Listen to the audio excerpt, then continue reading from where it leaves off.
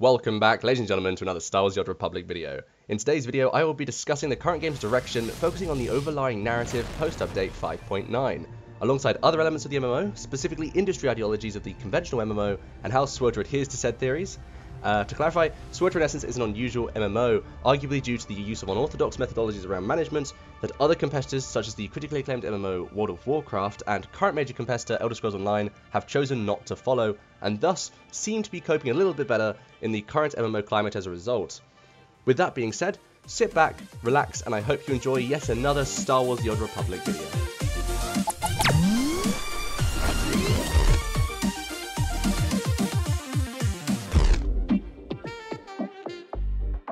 To put it bluntly, SWTOR, through the use of clever marketing strategies and proficient administration, has managed to elongate the IP's position in the product lifecycle, and ultimately stay current and competitive as all MMOs must, which, considering the obstacles and complications that Bioware endured throughout production, I'd argue that the current development team has definitely exceeded expectations, quote unquote, and has managed to produce a coherent online game that could potentially last another decade, which begs the question, what exactly keeps the game not only active, but competitive? To contextualize, what is SWTOR's raison d'etre, its purpose? What does the MMO bring to the industry that other, more remunerative MMOs have yet to bring?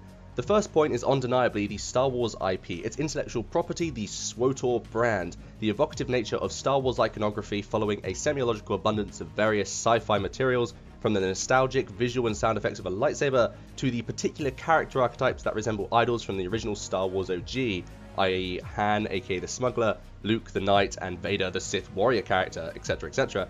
These nostalgic connotations are what establishes the SWTOR MMO as a AAA competitor. Nonetheless, the integrity of the Star Wars IP is not enough to justify a gamematic success, as evident with previous Star Wars failures such as EA's Battlefront 2 with the microtransaction controversy, an ever-present problem in EA games I might add, and of course, Connect Star Wars with its shoddy design across the board. Arguably, there has to be an element of the SWTOR MMO that unparallels aspects of competing MMOs, which brings me to my second point, and that is the story-driven single-player narrative.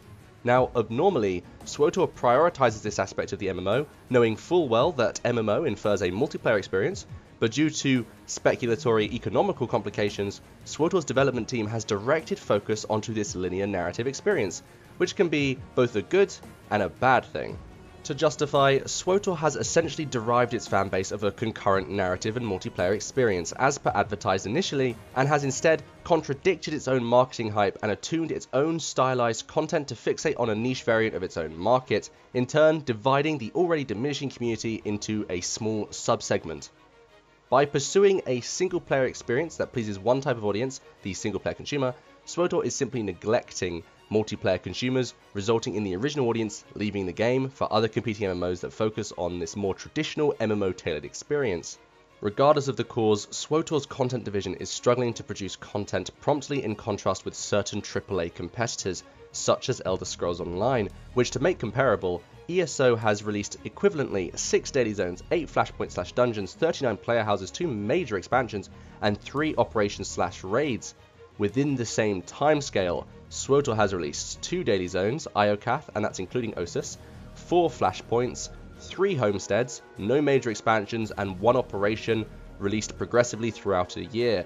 Arguably, the development crews to it have massively differing dedicated staff. Bioware currently operates SWTOR through a skeleton team, and ZeniMax Studios runs ESO through a comprehensive dedicated production branch with hundreds of various game developers. The resulting outcome is substantial in favour of Elder Scrolls Online. My question to EA and subsidiary company Bioware is why only have a skeleton team operating a potentially billion-dollar franchise in a very competitive industry that EA could have quite easily dominated the market for? Arguably, yes, EA would have to quadruple the game's budget, potentially even more than that, but Star Wars is such a profitable enterprise, I can't express this enough. SWTOR is almost guaranteed to scale accurately with rate of return due to the brand's established yield, ultimately resulting in massive profits for EA and Bioware. It's unbeknownst to me why SWTOR has these funding problems at all. With that being said, the physical MMO has in fact made leaps and bounds since my last SWTOR direction-orientated video, in the sense that the narrative direction has taken on a vastly improved tone. It focuses back on the roots of SWTOR's initial concept, featuring a plot theme towards Faction X and Faction Y, the Republic versus the Empire, which is a highly anticipated paradigm that SWTOR has yet to appropriately explore since the game's launch back in 2012. The relative construction of said existing narrative was headwayed by Charles Boyd, who I personally feel is doing an exceptional job. Based on the leaked materials, I'd actually like to see how much of said leaked materials make it to release, regardless of execution. I'm just hoping that the story commits to content revolving around the leaked materials. I'll link it in the video description, but for those of you who don't like spoilers, I'm not going to spoil anything throughout this video, but this is all for update 5.10. Following on from narrative there, let us discuss actual daily content and the intricate issues involved. Now, SWTOR's daily modus operandi, aka daily stratagems, is somewhat monotonous. It's kind of repetitive, it's ungratifying, and in a sense, it's overwhelming. Here, without a doubt, is where improvements can be made. Now, as a side note, I very much respect the innovative nature of daily activities that the devs have implemented more recently into the MMO, such as the operatable and interactive vehicles on planets such as Iocath. I do also, however, feel that the execution of these mechanics were not necessarily integrated into dailies very well, but I am still rather fond of them. Back to my point. To improve dailies, I would argue that the development team as a necessity needs to ameliorate the reward system by awarding players with more valuable, more unique, irreplaceable rewards, varying in rarity, but also rewards that actually generate a sense of gratification when collected, similarly to the original Wings of the Architect from Dread Fortress when completed on Nightmare difficulty. Now, I need to make it clear that I am not necessarily connoting that the developers match difficulty in terms of content here. I'm expressing that there should be linkage in the style and process undergone whilst aiming for said reward. This could be applied to anything. For example, a questline with multiple steps that progresses in difficulty and follows a simple algorithm of time plus strategy plus skill displayed equals reward. A likewise exemplar of a questline tailored around a similar ideology would be the Scepter of the Shifting Sands, aka the original Scarab Lord questline from World of Warcraft. So summarized here, I feel in principle that quests should incorporate more steps and provide a justified reward as gratification, more so on a step-by-step basis following a list of objectives rather than the conventional SWTOR daily of, i.e. kill 10 NPCs, get XP, contribute to weekly, end. In regards to this point, I also believe that the term reward should within reason provide players with an item, ability or collectible that exudes a desirable element, such as, but not limited to, a mount or title.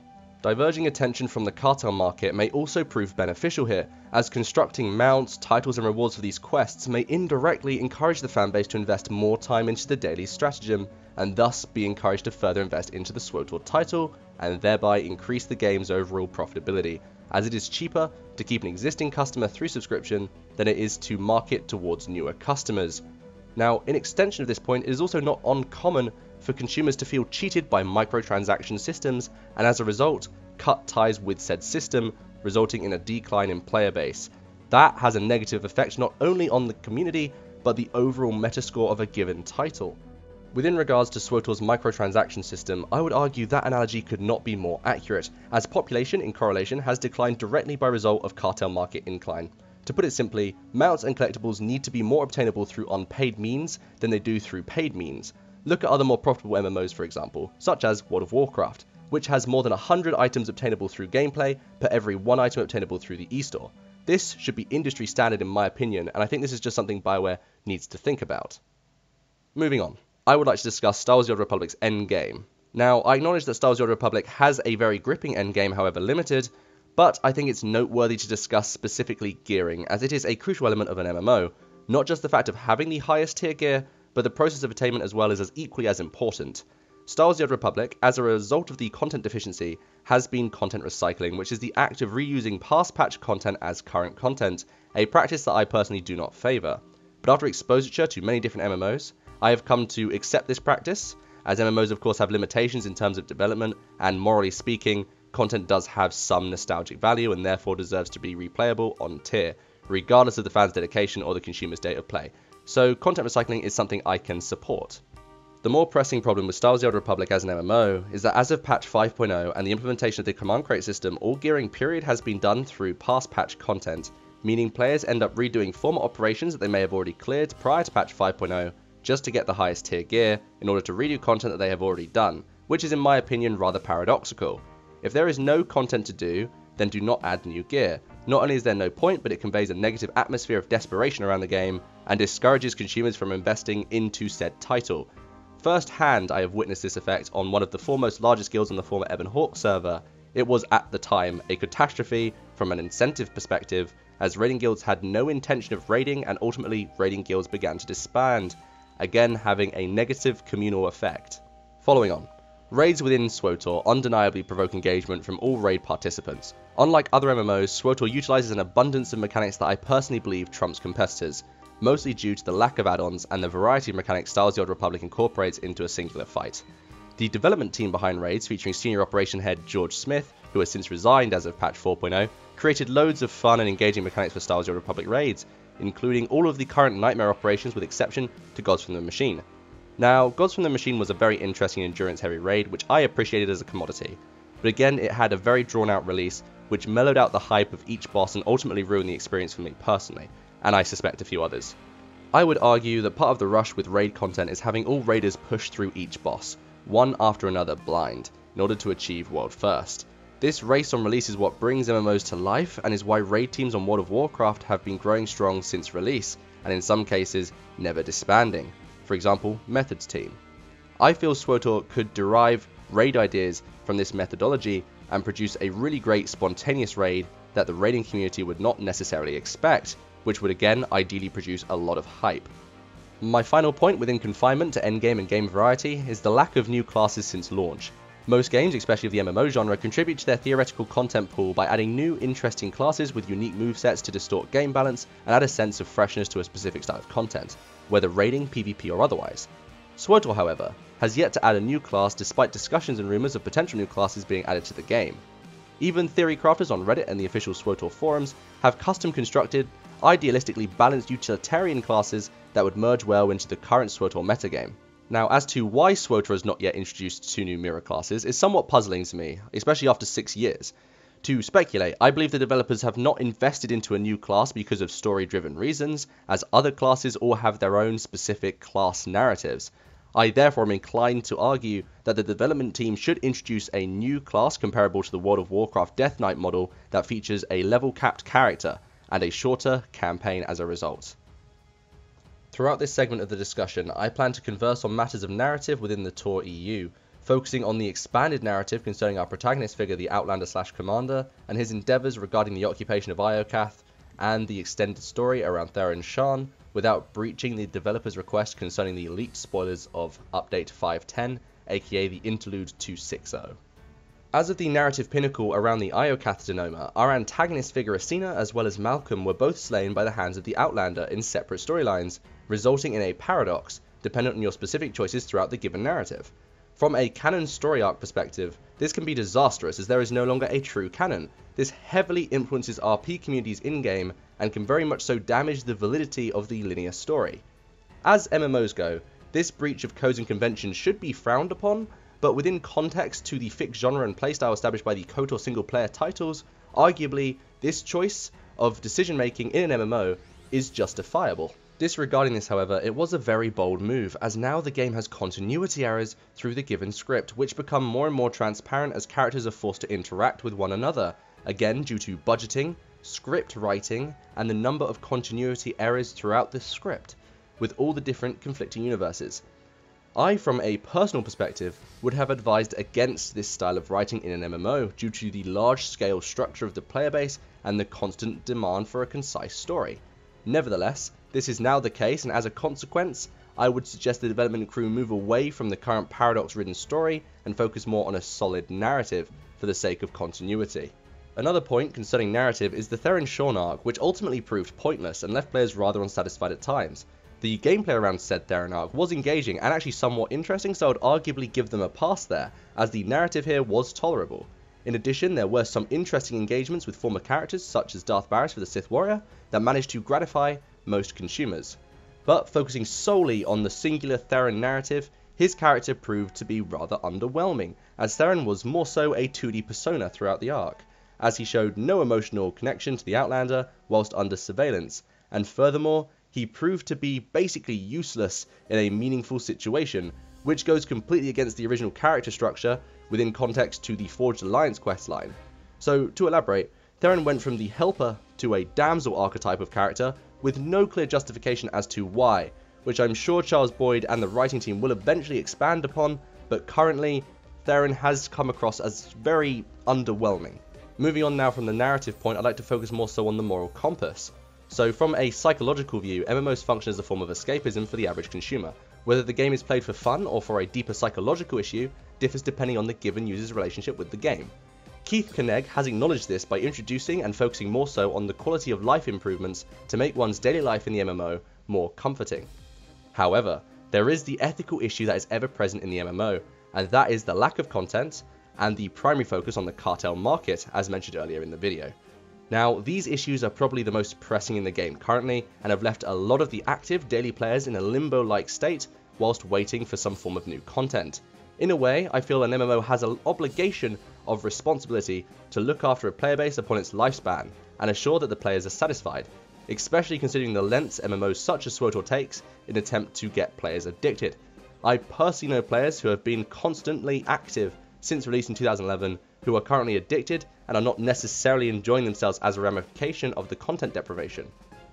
To rectify such an issue is tough, but as I discussed earlier in this video, it is achievable if Electronic Arts and Bioware focus more directly on SWTOR's content development over other less pressing titles, such as the experimental title Anthem. In addition, SWTOR already has the essential components to thrive: a functioning and frankly underrated engine, the Hero Engine, an initial funding that established core mechanics and a stable foundation for the MMO platform, and of course an ever-existing player base that can introduce and induct new players into the community. Overall, SWTOR has virtually unlimited potential, and I guarantee if any other conglomerate had the opportunity to invest this heavily into a Star Wars IP, they would have done it already. On the other hand, there is the cautionary risk of companies going too far with this cash cow model, especially with the unethical cartel market system currently implemented into SWTOR. This issue is equally as pressing due to the nature of greed demonstrated by EA as they attempt to leech vulnerable members of the community with an overpriced online eSTOR, which I am sure looks good in the books. But again, this method of greed is highly unethical, especially as it's implemented gambling into essentially a kid's game, being PEGI 12. What's even more vile is that this method of gambling is almost becoming the cultural norm in the gaming industry because of companies like EA pushing the loot box system into all their titles. Now, I personally believe the sooner a law is established and set up that bans loot box systems and underage gambling, the better. And there we have it. Thank you all very much for watching. I hope this video delivered an in-depth look at the current direction of Star Wars: The Old Republic. And to all you new and returning players, I would definitely recommend giving this game a go, as there is still an abundance of interesting and engaging content for you to invest time in. As a side note, I left a lot of these subject matters rather open-ended for you guys to form opinions on and build off of, so feel free to leave any comments in the comment section down below, and I will try my best to read and reply to every single one, and give my honest view on the subject matter. Anyway, thanks again for watching, and I'll see you all next time. Bye guys.